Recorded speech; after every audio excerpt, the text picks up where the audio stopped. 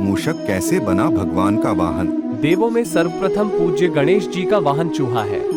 चूहा, जिसे संस्कृत में मूषक कहते हैं, जो कि शारीरिक आकार में छोटा होता है।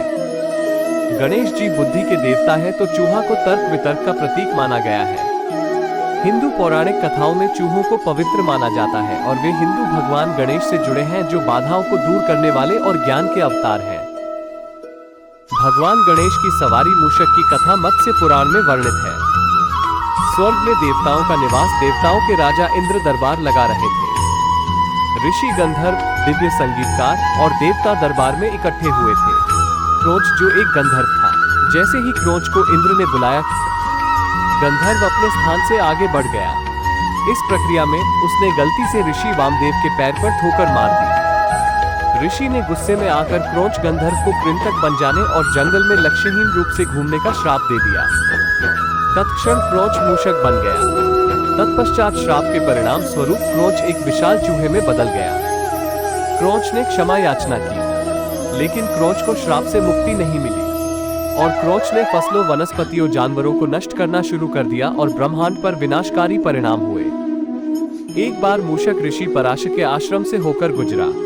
वहां जाते ही उसने भयंकर उत्पात मचा दिया। आश्रम के सारे मिट्टी के पात्र तोड़कर सारा अन्न खा गया।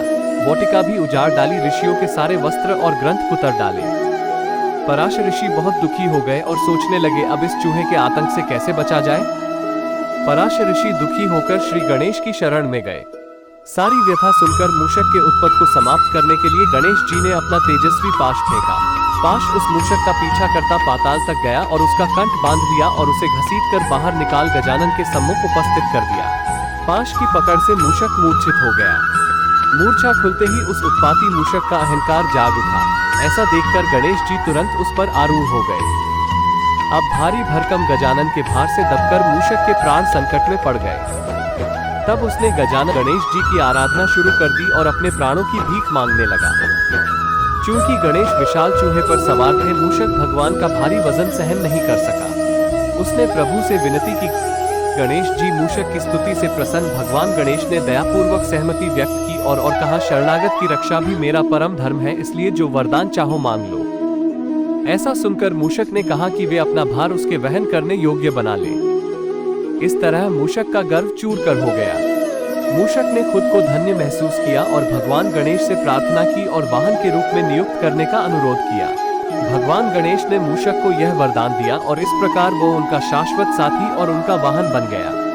कभी कभी भगवान तुच्छ जीवों के जीवन रक्षा के लिए लीला करते हैं और स्वयं से जोड़ लेते हैं, जिससे वो जीव का अस्तित्व बना रहे और जिससे ऐसे जीवों के ऐसे कलात्मक गुण मानव के जीवन उपयोगी हो सके। कहानी की नीति याद रखें कि लापरवाही के गंभीर परिणाम भी हो सकते हैं। गलती से ऋषि वामदेव के पैर पर प्रहार करके क्रोंच ने श्राप अर्जित किया।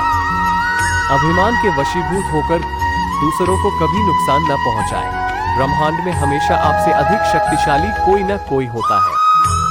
अभिमानी मूषक जीवन और संपत्ति को नष्ट कर देता है, जिससे उसे भगवान का क्रोध झेलना पड़ता है। प्रभु की सेवा पाना और अर्जित करना एक महान आशीर्वाद है। मूषक भगवान का साथ चाहता है और उसकी उत्कट प्रार्थनाएं उसे भगवान का पसंदीदा वाहन बनाती हैं। माना चूहा नुकसान पहुंचाना वाला जीव है, गंदगी में रहना पसंद करता है, इंसान इसे पसंद नहीं करता है, मगर सुरंग बनाना की कला और जमीन के नीचे रखकर जान बचाने की कला इंसानों ने इसी जीव से सीखा है। जैसा कि महाभारत में पांडवों ने चूहे की इसी नीति से अपना अस्तित्व बचाया। जब ही काकाश्री हमारा ध्यान चूहे के बिल की ओर ले गए, जो वन की आग से सुरक्षित रहता है, अर्थात हमें भी बिल खोदना चाहिए।